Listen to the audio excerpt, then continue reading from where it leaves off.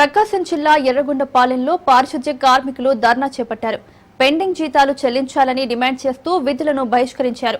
అలాగే పీఎఫ్ బకాయిలు చెల్లించాలని డిమాండ్ చేశారు. 7 నెలల నుంచి తమకు జీతాలు రావడం లేదని, దీంతో కుటుంబ పోషణ భారంగా మారిందని కార్మికులు ఆవేదన వ్యక్తం చేస్తున్నారు. ప్రభుత్వం స్పందించి తమ సమస్యలు పరిష్కరించాలని కోరారు.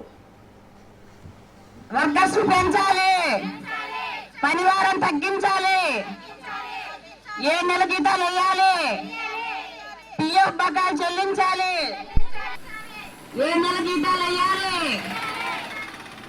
వర్గసులు పెంచాలి, పరిమాణం తగ్గించాలి, ఏ నెల జీతాలు వేయాలి, పిఎఫ్ బకాయిలు చెల్లించాలి.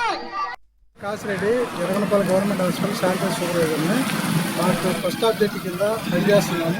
7 నెలల నుంచి మాకు జీతాలు ఇవ్వట్లేదు. అడుగుతుంటే అధికారులు అడుగుతుంటే రేపు అని 6 నెలల నుంచి అలాగే చేస్తున్నారు. చాలా మంది భర్త లేని వాళ్ళు ఉన్నారు. చిన్నపిల్లల చదువులు బాడీలు ఇవ్వడానికి చాలా ఇబ్బంది పడుతున్నారు. దిక్కుచాదం పరిస్థితుల్లో ఇటువంటి ఎవరు హామీ ఇవ్వకపోవడం వల్ల మేము ధర్నాకు వచ్చాము. మా పిఎఫ్ బకాయిలు అలాగే మిగిలిపోయినాయి. ఎవరు రెస్పాండ్ అవ్వట్లేదు. పై అధికారులు కూడా ఎవరు రెస్పాండ్ అవ్వట్లేదు. అడిగినా కానీ రేపు అలాగే చెప్తున్నారు. నా పేరు నయోమి. నేను ఎర్రగొండపాలెం గవర్నమెంట్ హాస్పిటల్లో శానిటైజర్ వర్కర్గా పనిచేస్తున్నాను. మాకు 7 నెలల నుంచి జీతాలు లేవు.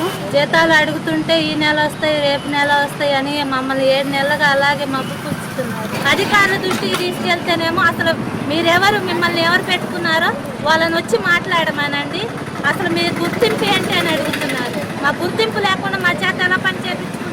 గట్టిగా అడిగితేనేమో నువ్వు గట్టిగా మాట్లాడుతున్నావు, నువ్వు గొడవ ఆడుతున్నావు, మానేసాయి అని మీకు మెమో ఇస్తామని మాట్లాడుతున్నారు. కూటమి ప్రభుత్వం మా మీద దయ ఉంచి మాకు రావాల్సిన వేతనాలన్నీ, పిఎఫ్ కానీ మా జీతాలు కానీ మా అకౌంట్లో పడేటట్టు దయ చూపాలని కోరుకుంటున్నాను.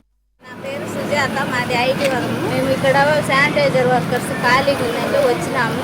ఇక్కడికి వచ్చి పని చేసుకొని ఉన్నామంటే 3 నెలలు చేసిన తర్వాత మిమ్మల్ని తీసుకుంటామని అన్నారు. ఇప్పటికి 2 సంవత్సరాలు వెళ్ళి 3వ సంవత్సరం మేము చేయబట్టి మా పేర్లు లేవు, మాకు జీతాలు లేవు. నా భర్త చూడబోతే తిక్కలోడు. ఏం చేయాలి? పై అధికారులను అడిగితేనేమో మిమ్మల్ని ఎవరు పెట్టుకున్నారు, మీ ఇష్టమైతే చేయండి, లేదంటే మానుకోండి అని ఒకటే మాట ముఖం మీద చెప్పేస్తారు. పనులు అయితే చేపిస్తారు. వాళ్ళలాగా నైట్ డ్యూటీలు వేస్తారు, మధ్యాహ్నం వేస్తారు, ఉదయం వేస్తారు, ప్రతి ఒక్క నెలలో డ్యూటీలు వేస్తారు. వాళ్ళ కాడికి ఎక్కువ శాఖ చేపిస్తారు. ఇంతవరకు రూపాయి జీతం లేదు.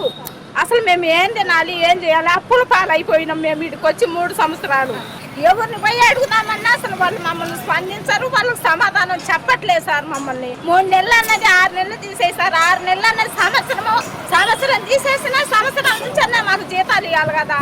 మా మీద దయ ఉంచి ఈ కూటమి ప్రభుత్వం మమ్మల్ని గుర్తెరిగి మా కష్టాన్ని జీతము మాకు దక్కేలా చూడమని, మాకు జీతాలు వేయమని మేము అడుగుతున్నాం సార్.